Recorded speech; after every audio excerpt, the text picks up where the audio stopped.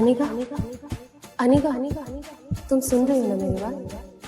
तुम माँ बनने वाली हो अनिका। डॉक्टर के ये शब्द सुनते ही 18 साल की अनिका समझ नहीं पा रही थी कि वो आखिर प्रेग्नेंट कैसे हो सकती है। अभी तो उसकी शादी को 24 घंटे भी पूरे नहीं हुए थे। मिस्टर गौतम गुलेरिया, मैं समझ सकती हूँ कि आप दोनों इस वक्त परेशान होंगे, मगर आप लोग कोई भी फैसला लें उससे पहले मैं एक बात बता दूं, प्रेगनेंसी 4 महीने पार हो चुकी है, so abortion is out of question. Impossible doctor, आपसे कुछ गलती हुई है। मैं प्रेग्नेंट कैसे हो सकती हूँ? आज तक मुझे किसी ने छुआ तक नहीं है।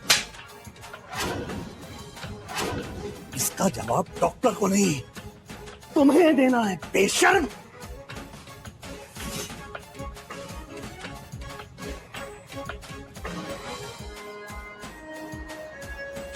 अक्सर कार की बैक सीट पर बैठने वाले गौतम आज अनिका को पीछे बैठाकर खुद ड्राइवर के साथ वाली सीट पर बैठ गए थे, मानो ऐसा करके वो अनिका को अपनी नाराजगी जता रहे हों।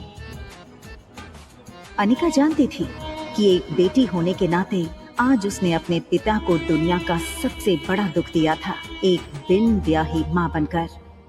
इतना दुख उन्हें अनिका की माँ के गुजरने पर भी नहीं हुआ होगा।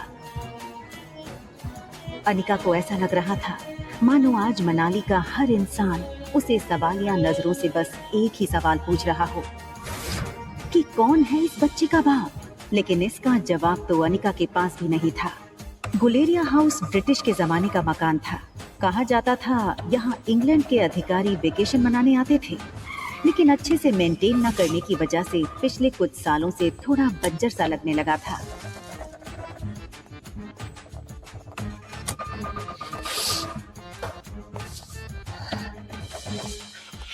अनिका कमजोर शरीर और भारी कदमों से गौतम के पीछे पीछे घर में दाखिल हुई। बिन माँ की पली बड़ी अनिका को आज सबसे ज्यादा जरूरत थी तो उसके पापा के इमोशनल सपोर्ट की। मुश्किल से एक मौका मिला था हमें हमारी जिंदगी फिर से बेहतर बनाने का। नसीब वाली थी तुम जो तुम्हारी डोगरा खानदान के इकलौते वारिस कुणाल डोगरा से शादी हुई थी। You know, कितने पावरफुल लोग। मनाली का सबसे पावरफुल खानदान डोगराज। हमारे सारे कर्ज, पेंडिंग कोर्ट केस, हमारी हर तकलीफ से हमें बाहर निकाला था उन लोगों। लेकिन शादी के 24 घंटे में ही तुमने हमारी जिंदगी वापस से जहन्नुम बना दी। तुम लोगों को अगर तुम्हारे इस कारनामे के बारे में पता चलेगा तो पता नहीं क्या होगा। और तुम्हारी छोटी बहन कामिनी, उससे कौन शादी करेगा? भले ही वो तुम्हारी सौतेली बहन हो, लेकिन तुम्हारे इस कारनामे की वजह से उसकी भी तो बदनामी होगी।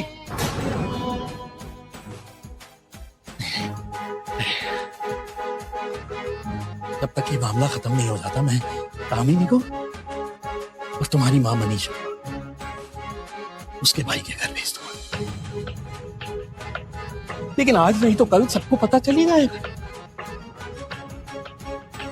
आज तुम भी अपनी मां के साथ ही। अनिका वो सुन चुकी थी जो गौतम कहते कहते रुक गया था। अगले दिन सुबह गौतम ने घर में लगे सारे सीसीटीवी के पिछले 5 महीने की फुटेज को खंगाला और बारीकी से देखने के बाद वो हैरान रह गया था कि पिछले 5 महीनों से छोटी मोटी बीमारी के चलते अनिका घर के बाहर कहीं गई ही नहीं थी। ये देखकर गौतम का गुस्सा अब आश्चर्य में बदल गया। उसे इतना तो समझ आ गया था कि कहीं कुछ तो गड़बड़ थी। जल्द ही अनिका की देखभाल के लिए एक नर्स रखी गई। लगातार देखभाल और दवाइयों से अनिका की सेहत में काफी सुधार आया। 4 महीने बीत चुके थे, लेकिन साथ ही साथ उसे ये बात रोमांचक कर रही थी कि उसके अंदर एक नन्ही सी जान पल रही है जो सिर्फ और सिर्फ उसका होगा। अनिका अपनी छोटी सी दुनिया में लगभग सब कुछ भूल चुकी थी। न वो किसी से मिलती, न कोई उससे मिलता।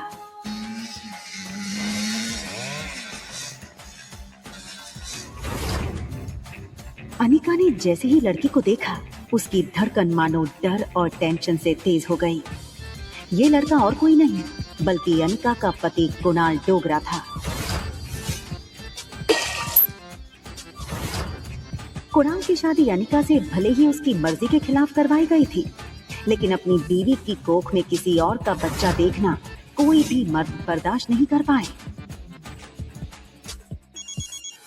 कुणाल शादी के मंडप से सीधे दिल्ली अपने कॉलेज की पढ़ाई करने चला गया था और वहीं पहुंचकर शादी के दूसरे दिन उसे अनिका की प्रेगनेंसी की खबर मिली थी। अरे कुणाल बेटा, आज अचानक से तुमने फोन किया कि तुम्हारे कॉलेज की तुम्हारी छुट्टियां शुरू हो गई क्या? कमाल है, 4 महीने के बाद मैं घर आ रहा हूं। अपने दामाद को इस तरीके से वेलकम करेंगे। और वैसे भी बहुत कुछ बदल गया है अब यहाँ पे।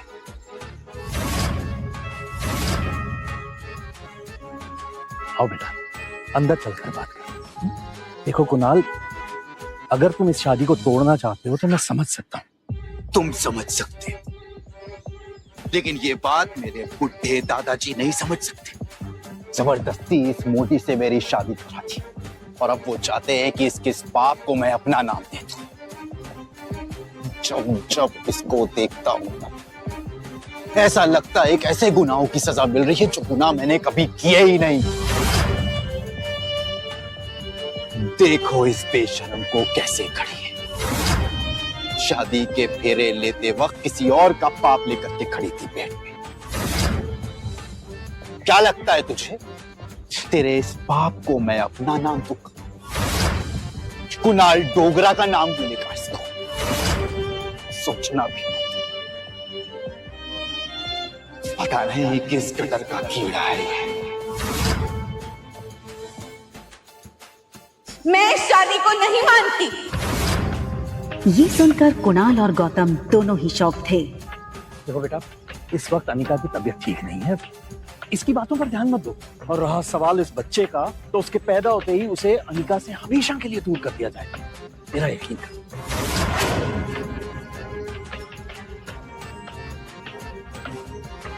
ठीक उसी पल अचानक से अनिका के पेट में जोरों से दर्द शुरू हो गया। दर्द के मारे एक झटके में अपनी पीठ के बल गिरी। अनिका, मम्मा मम्मा मम्मा, प्लेन लैंड होने वाला है। देखते ही देखते आज 6 साल बीत चुके थे और सामने थी उसकी 6 साल की बेटी रिया। रिया का मासूम चेहरा और उसकी खूबसूरत कत्थई आंखें देखकर अनिका की जान में जान आई। मम्मा, क्या हम पापा को ढूंढने जा रहे हैं मनाली? मैंने कितनी बार कहा तुमसे, तुम्हारे पापा नहीं हैं। कम ऑन मम्मा, हमारे तो टीचर सिखाते हैं कि सब बच्चों के मॉम एंड डैड होते हैं। तो क्या मैं गेमिंग वर्ल्ड से आई हूँ या फिर मैं किसी जादू करके हेड से बाहर निकली हूँ?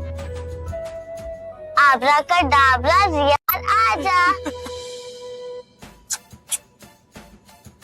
तो मनाली में मेरा भाई मिलेगा क्या? रिया का ये सवाल सुनकर अनिका गहरी सोच में डूब गई थी। उसे याद आ गया कि कैसे 6 साल पहले उसने मनाली के हॉस्पिटल में जुड़वा बच्चों को जन्म दिया था। अनिका के पापा गौतम की कदकाठी के एक आदमी ने उससे उसके दोनों बच्चों को छीनने की कोशिश की थी। कमजोर अनिका ने बड़ी हिम्मत से उस आदमी को रोकने की कोशिश की और उसका सामना कर रिया को तो बचा लिया, मगर अफसोस कि वो अपने बेटे को नहीं बचा पाई और वो आदमी अंधेरे में उसके बेटे को लेकर भाग गया था। और इसी वजह से अनिका की मौसी उसे बचाकर बेंगलुरु ले आई थी, जहां अनिका का इलाज भी हुआ था।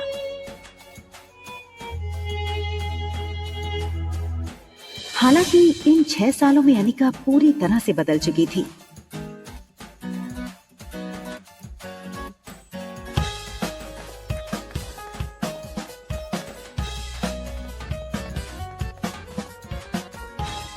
हार्मोनल इम्बैलेंस की वजह से फूला हुआ उसका शरीर अब एकदम ही से नॉर्मल हो चुका था।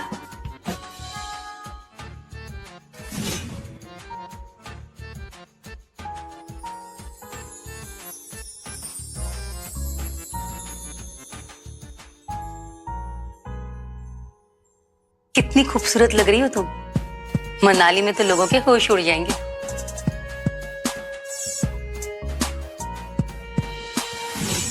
फ्लाइट अटेंडेंट हो या फ्लाइट के अन्य यात्री, सब लोग आते जाते अनिका पे एक नजर जरूर डालते। और डालते भी क्यों नहीं, शिफॉन की साड़ी में अनिका किसी भी फिल्मी एक्ट्रेस से कम नहीं लग रही थी। Excuse me, ma'am. Is there anything I can bring for you?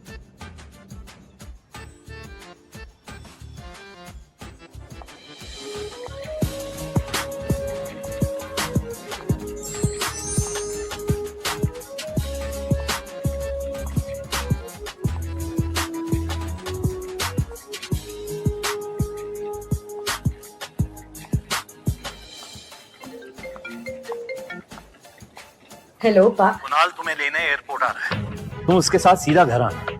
यहाँ पहुँचते ही तुम्हें 2 पेपर्स पे साइन करना है, एक डिवोर्स पेपर और दूसरा वो। इतना कहकर गौतम अटक गया और फिर कुछ सोचकर उसने आगे कहा, खैर तुम घर आओ, यहाँ पहुँचते ही मैं तुम्हें सब समझाता हूँ।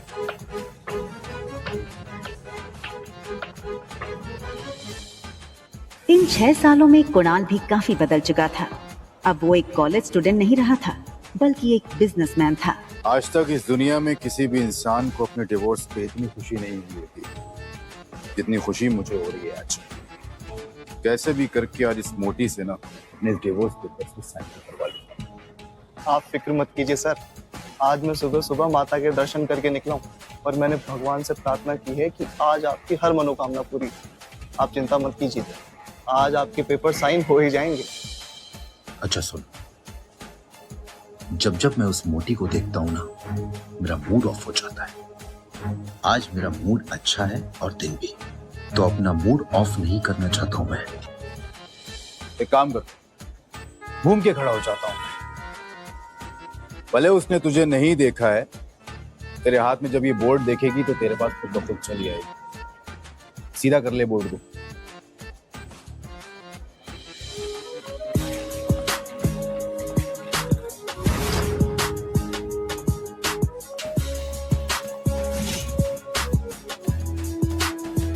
कुणाल ने एयरपोर्ट से बाहर आते हुए एक लड़की को देखा और फिर देखता ही रह गया। कुणाल बिना वक्त गवाए इस लड़की के सामने आकर खड़ा हो गया। अनिका एक पल के लिए सहम गई और उसे लगा कि पहले की तरह कहीं कुणाल उसकी फिर से इंसल्ट ना कर दे, और इसीलिए अनिका सीधे कुणाल को थप्पड़ जड़ देना चाहती थी, मगर वो अपनी बेटी रिया के सामने कोई तमाशा नहीं करना चाहती थी। Hi miss gorgeous. अब लगता है मनाली में आप पहली बार आई, क्योंकि अगर आप पहले आई होती तो ये पॉसिबल नहीं कि आप मेरी नजर से अननोटिस होती। टैक्सी। टैक्सी की क्या जरूरत है? आप कहिए, जहाँ कहिए वहां मैं आपको ड्रॉप कर सकता हूँ अपनी कार से। इफ यू, अरे ये छोटी सी गुड़िया कौन है? हाँ, लगता है ये आपकी छोटी बहन है।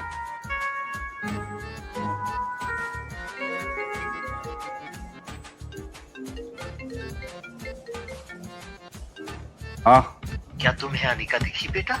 ना दिखने के लिए आपकी बेटी कोई सुई तो है नहीं जो वो दिखेगी नहीं। जब आएगी तो फिर वही तो दिखेगी, या ये कहूँ कि जब वो आएगी तो उसके पीछे के लोग भी नहीं दिखेंगे। तो दिखेगी तो बता दूंगा, रखिए। टैक्सी।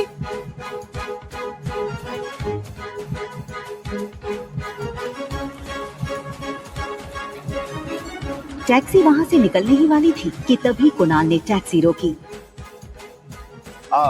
मैम, अगर आप बेंगलुरु की फ्लाइट लेकर के आ रही हैं तो क्या आपने उस फ्लाइट में एक बहुत ही भद्दी और मोटी लड़की को देखा क्या? एक्चुअली वो ना 6 साल पहले 120 किलो की थी, तो पक्की बात डबल सेंचुरी मार चुकी होगी। आपने नहीं देखा? आप अपना नाम तो बता दीजिए। ये सुनकर अनिका ने बिना किसी भी हाव भाव से धीरे से कहा, अनिका गुलेरिया।